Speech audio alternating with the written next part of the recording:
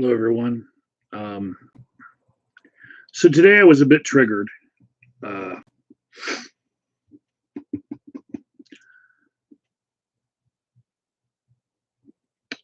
Someone was wrong on the internet. Um, so what happened was I've been in a discussion about the coronavirus, just like everyone else, and I have friends who are on both sides of the issue as far as whether or not we should reopen right now, you know, in the face of not having the spread of the virus under control. And someone that I know in real life, he uh, he left a video taken out of context on an old post of mine on Facebook in order to say to me that COVID-19 deaths are being overblown, just like uh, the Plandemic movie or Dr. Dan Erickson was saying that they're being blown out of proportion because anyone who dies with COVID 19 is then considered a COVID 19 death. And he and many others are trying to make the assertion that not all people who died with COVID 19 should count in these death tolls. Now, mind you, these death tolls are a lot smaller, actually. The ones that you see on like the Johns Hopkins website or our world in data, whatnot, the CDC, they're a lot smaller than this strange uh, number of excess deaths that has been happening uh, as this pandemic has rolled in. Maybe Google excess deaths so you can see what I'm talking about. But basically, for some odd reason, people are dying more than they should normally on average, even well past what we are attributing to COVID 19.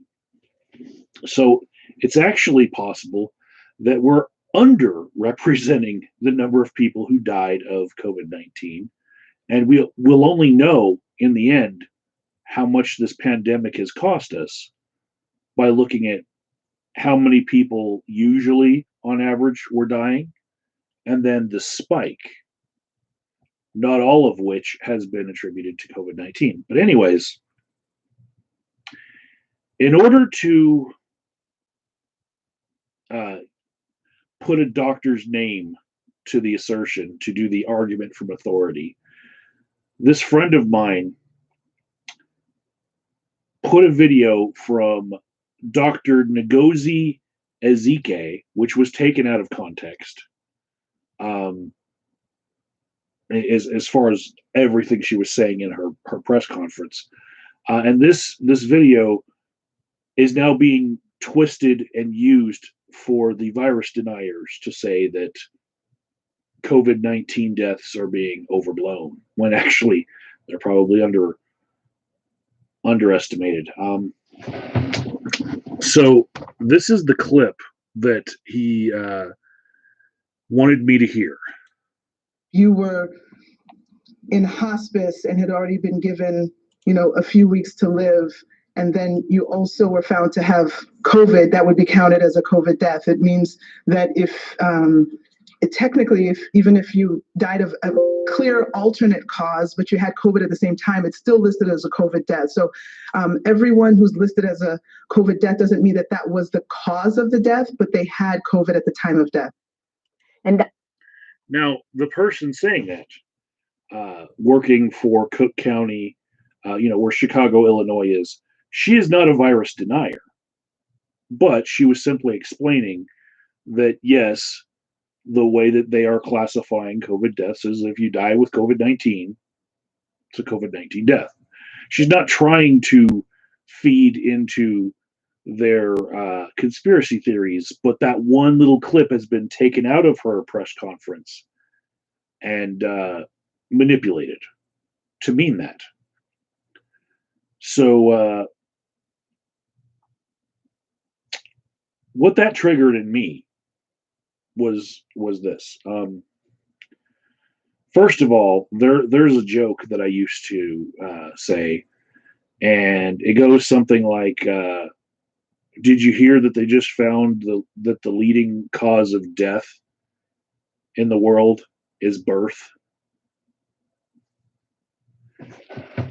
If you take their argument out to its absurdist conclusion, that's what you get to.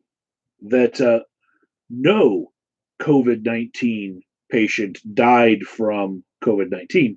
They actually died from being born, because all of these patients had birth happen to them, which started the chain reaction that led to their eventual death.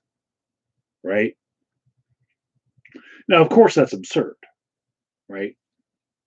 But that's where the logic leads to. So,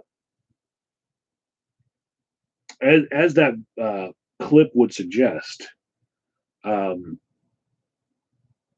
if a person loses what might have been 2 weeks of life in a hospice setting, does that count as a death worth noting?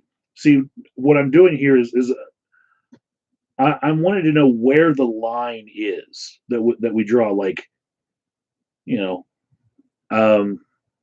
because a lot of the arguments that I'm hearing are, well, those were people in hospice. They were already going to die, so they shouldn't count.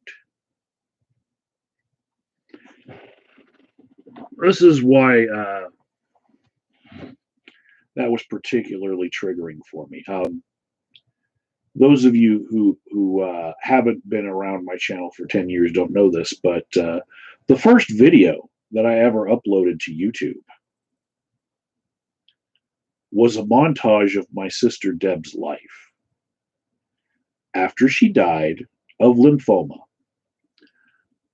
I spent the last 6 months of her life spending every weekend by her side, the last couple months of it in a hospice, reading my psychology textbooks and studying neurophysiology and seeing exactly where the tumors in her brain were actually affecting her the way that it would tend to do if you were to take the facts of my textbook and apply it to her. It was really horrible for me to have to study in a hospice care room, but I made it through. But I wanted to be there as much as I possibly fucking could. Now, in the end, what killed her was not technically the lymphoma. It was multiple organ failure. Right? So by the logic of what these virus deniers are saying, lymphoma didn't kill my sister. It was, that she was in a hospice and the multiple organ failure got her because she was in hospice. Or maybe the multiple organ failure didn't get her. It wasn't the fact that her urine was coming out of a catheter looking like coffee. It was the lymphoma. It wasn't the fact that her kidneys had failed in the end.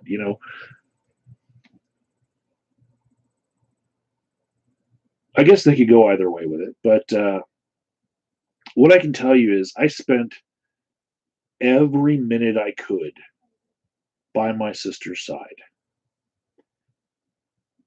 And there were a few times that I was resentful that I felt it was my duty to go get other members of my family food. Like they were all wanting a certain type of sandwich and whatnot. And Deb's last meal, shared by everyone, was Red Lobster and wine. And I was the one who went and got it. And I drove across town. I waited as the order was, coming, and I drove all the way back. And I was resentful of that time that it took to go get the food because I wasn't spending that time with her on what I knew was probably one of her last days. Those were precious minutes, and I knew that they meant a lot to me, right? She died the next day.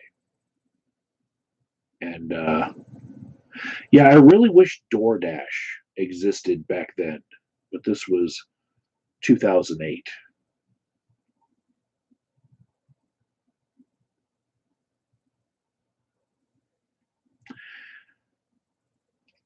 Anyways, if she had lost the last 2 weeks of her life that I had been spending with her to something else, I can tell you that it would have been an immeasurable loss. Every minute I got to spend with her more was valuable to me and to the rest of my family. The same thing, and to her. So to say that something that just robs you of just the little bit of life at the end, just the last week or two, that isn't meaningful is offensive to me. Those deaths count too. So if somebody is in a hospice and they happen to die of the coronavirus while they're in the hospice, and they were going to die soon anyway, I say it still counts because those precious moments still matter, at least to someone.